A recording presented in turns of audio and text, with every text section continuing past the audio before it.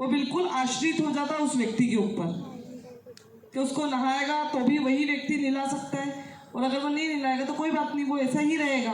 देखे ना आपने कितने गंदे रहते हैं वो, उनके कपड़े भी नहीं बदलते वो लोग, देखे कि नहीं देखे।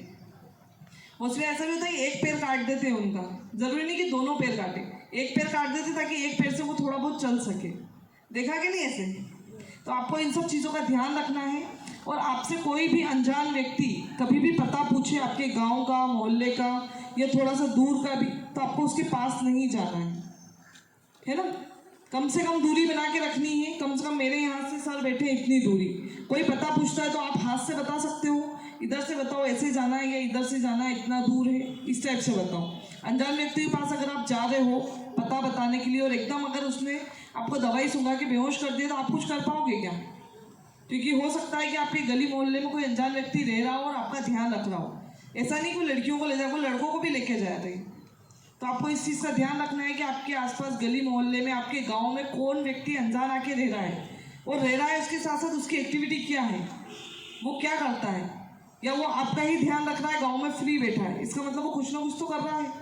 वो किस मकसद से आपके गाँव में आया है, ये चीज़ आपको ध्यान होनी चाहिए। और कोई अनजान व्यक्ति है, बच्चा भी अनजान कोई आपके गाँव में आया है तो उसकी तुरंत सूचना सरपंच साहब को, स्कूल में, या फिर आपके जो बड़े जो रहते हैं गांव में मुखिया, उनको इस चीज़ के बारे में आपको बताना है कि हमारे गांव में ये व्यक्ति नया आया है या ये बच्चा नया आया है, ये क्यों आया है।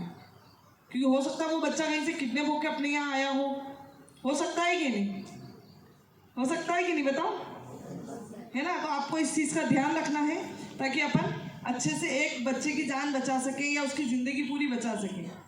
इसलिए आपको प्रयास करना है कि किसी भी प्रकार का कोई लालच दे तो आपको उस लालच में नहीं आना है, चाहे वो पैसों का हुआ, चाहे वो चॉकलेट का हुआ, चाहे वो और कोई भी लालच हुआ, आपकी पसंदीदा चीज़ वो दे रहा हो खाने पीने की, या फिर कोई कपड़े भी दे देते हैं बहुत से, तो आपको वो सब चीज़ें नहीं लेनी है किसी से भी। आपकी सुरक्षा आपको खुद को करनी है। कौन करेगा आपकी सुरक्षा?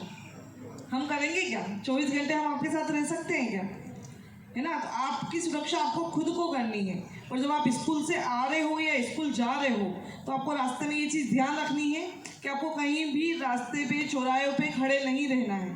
तो बहुत सी बार मैंने ऐसे बच्चे देखे हैं जो रास्ते में जाते वक्त अपने घर नहीं जाते हैं, दोस्तों के घर चले जाते हैं, चौराहों पे खड़े रहते हैं, नाश्ता करते हैं, चॉकलेट वगैरह खाते हैं, जो भी करते हैं उसमें वो उनका पर डे का रूटीन हो जाता है। और कोई अगर आपका ध्यान रखना होगा तो वो आपको आराम से वहाँ से लेकर जा सकता है।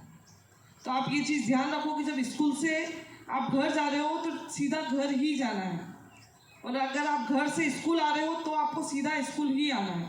रास्ते में कहीं भी कोई दूसरी एक्टिविटी आपको नहीं करना है।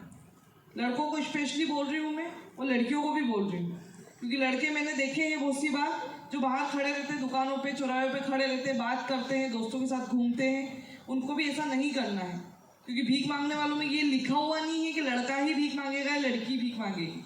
उनको मात्र एक बच्चा चाहिए, और इससे कोई मतलब नहीं उनको कि वो लड़का है या लड़की है। क्योंकि जब ये घटनाएं घटती हैं तो ऐसे बच्चे वापस आ ही नहीं पाते, तो बहुत दुख होता है हमको। और हमारा यही प्रयास है, हम जहाँ भी जा रहे हैं उस स्कूल का कोई बच्चा गायब नहीं हो, उस गांव का कोई बच्चा गायब नहीं हो जहाँ पे ये स्कूल है, जहाँ पे हमने ये एक्टिविटी करी है। हमारा मेन मकसद यही है, ये एक्टिविटी करने का, और आप सबको ये चीज़ बताने का कि अभी कैसे किडनैपिंग हो रही है। आ रही है आप सबको मेरी बात समझ में, है ना। तो आपको इन सब चीज़ों का ध्यान रखना है, अपनी सुरक्षा खुद करनी है। आपकी सुरक्षा करने कोई नहीं आएगा।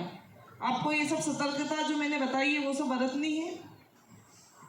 ठीक है, धन्यवाद।